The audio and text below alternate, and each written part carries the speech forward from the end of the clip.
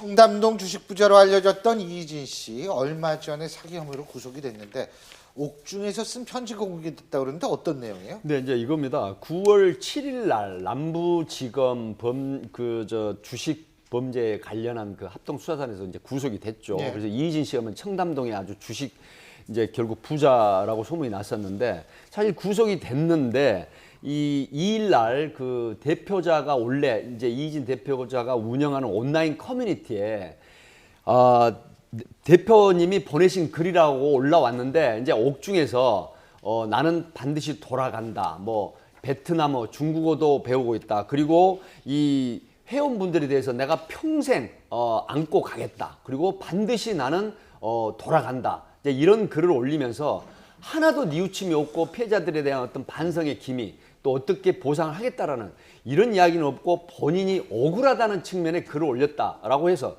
지금 온라인 커뮤니티에 굉장히 핫한 뉴스로 올라오고 있습니다. 근데 이거는요, 그냥 이 사람이 반성하지 않는다라는 식으로 가볍게 볼 일이 아니라요. 왜 이런 일을 하는지를 좀 심리를 생각을 해봐야 되는데 이렇게 다수의 많은 사람의 사기 피해자를 내잖아요. 그런 피해자분들 중에 상당 부분은요, 여전히 사기를 당한 게 아니라고 믿는 사람들이 반드시 있습니다. 왜냐하면 내가 사기를 당했다는 걸 인정하는 순간 재산을 다 잃었다는 걸 인정하기 때문에 구속이 되고 처벌을 받아도 사실 저 사람이 잘하려고 했는데 실패했다고 믿는 사람들이 있거든요. 그 사람들에게 저렇게 편지를 보내면 어떤 일이 벌어지냐면 나중에 민사와 형사 재판을 계속 받아야 되는데 그 사람들이 계속 나와서 이희진 씨는 사기친 게 아니라 선량한 의도로 했는데 이게 일이 잘못됐을 뿐이라는 식의 증언을 하기 시작합니다. 그러면요, 재판하는 과정에서 굉장히 곤란한 일로 이어질 수 있습니다. 저거는 고도의 작전입니다. 그렇습니다. 양 변호사님 설명 잘 해주셨는데 실무에서도 그런 경우 많습니다. 왜 그러냐면 본인이 책임을 감경하고 그다음에 피해자들의 원성을 좀 줄이기 위해서 거짓으로 편지를 쓰기도 합니다. 근데 지금 이희진 씨 같은 경우도 회사 잘 키워보려 한 욕심, 그다음에 회원분들 향한 진심 그대로인데 와전돼서 가슴 아프다. 그리고 여론과 법의 힘에 내가 너무 나약하다. 이제 이런 형태로 사실 본인의 잘못은 하나도 인정을 안 하는 거거든요. 그리고 또 무슨 얘기가 있냐면 예를 들어서 중국어, 베트남어를 배워서 대륙에 진출하려 했었다. 이런 부분들은 결국은 피해자들의 원망이나 원성, 그다음에 그 사람들이 어떤 태클을 거는 것을 막기 위한 그런 고도의 심리전이기도 합니다.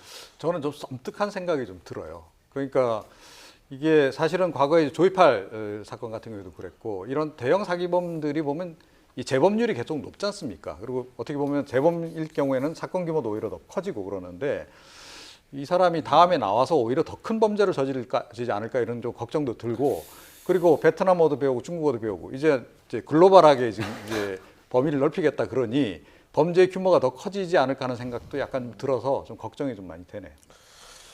예, 어쨌든 지금 구속 상태고 이제 재판을 받겠습니다만 어쨌든 피의자들이 고발을 한 거 아니겠어요?